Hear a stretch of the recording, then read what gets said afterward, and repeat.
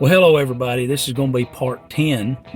I'm actually videoing this session right after the last one because I want to get this out to you that these places where these events happened are still there. The beachhead where, a couple of million people could have easily stood and waited on the salvation of God. And where they crossed the Red Sea, it's the only place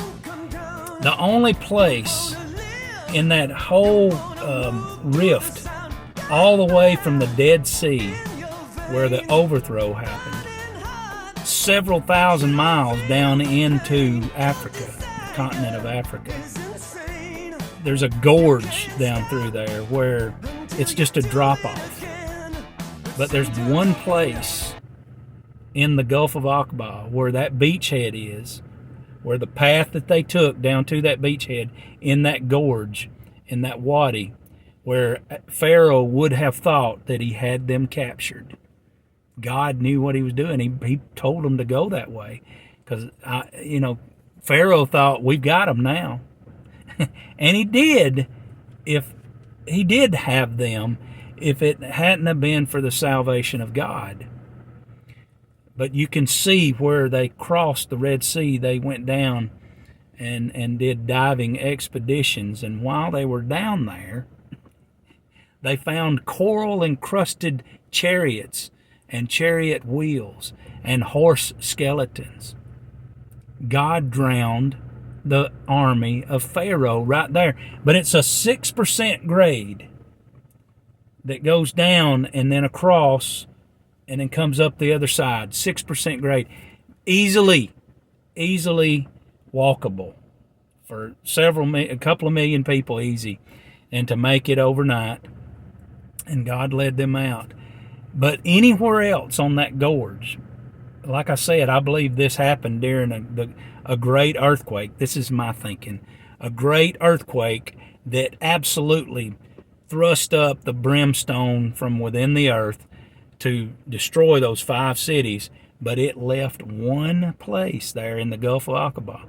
But anyway, on the other side, where they come out, you'll find everything that the Bible mentions and the path that they took to finally get, of course, to Horeb, the rock at Horeb. There's a split rock there that's a couple of stories, 2 or 3 stories tall, and it's split open, and it looks like a river come out of this rock.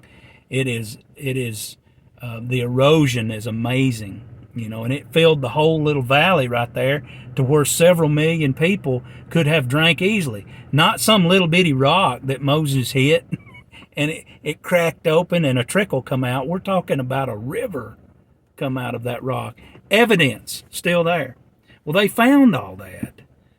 And then, of course, the Mount Horeb, and then Mount Sinai, the gravestones of where the 3,000 fell when Moses come back down off the mountain and they were partying over this golden calf.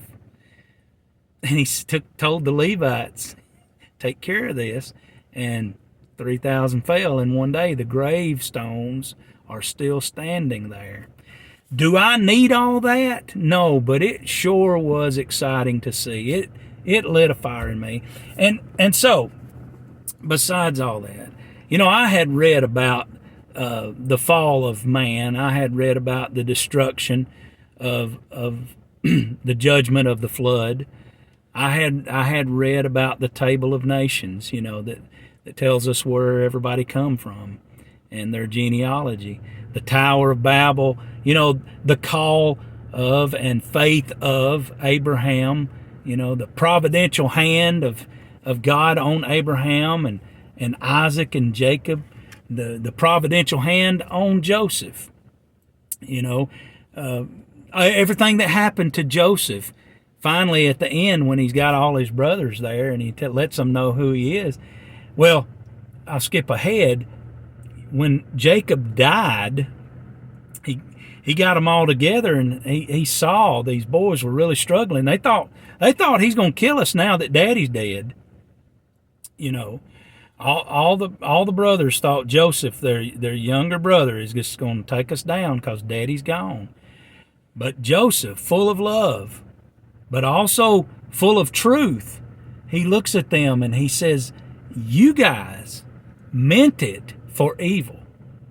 Y'all, and there's a lesson in this, but y'all meant this for evil, but God meant it for good. God's hand was on that whole situation. Him being thrown into that pit and him being sold into Egypt, and then all his adventures.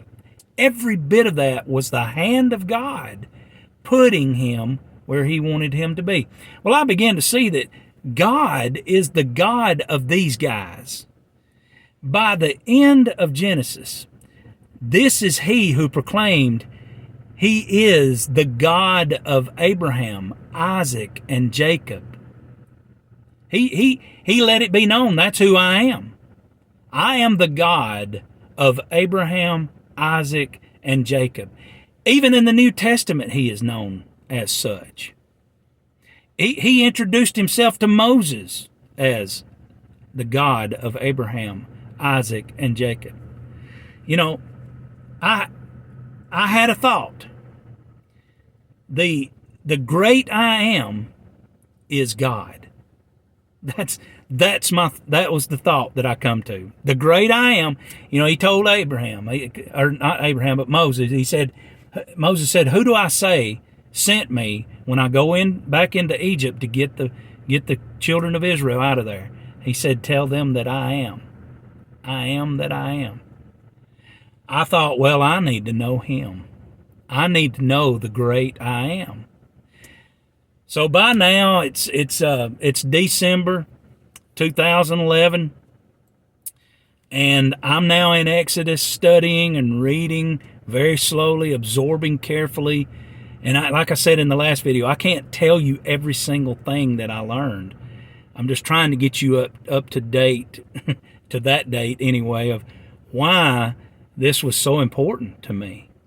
But so I'm in Exodus studying. At the same time, I'm researching the origins of things that I participated in, just like everybody else. Most everybody else, anyway. Holidays came to my mind. Holidays that we keep. So why? You might ask, why would I even be thinking about that? Well, because I knew that all these holidays were, the origin of them, I didn't see them in the scripture. Because now we're at the point, we're at the mountain of God. And I have run out of time. We are at the mountain of God, and we're in Exodus. This is where I am. I am at the foot of that mountain, and I am seeing and hearing everything that the children of Israel could see and hear. We're at the mountain of God, the God of Abraham, Isaac, and Jacob. The great I am. We're at his mountain, who has delivered Israel with a strong right arm. And he comes down from his throne, literally, to talk to these people. Take everything I'm saying with a grain of salt. Boy, we're going to continue. It's going to get gooder.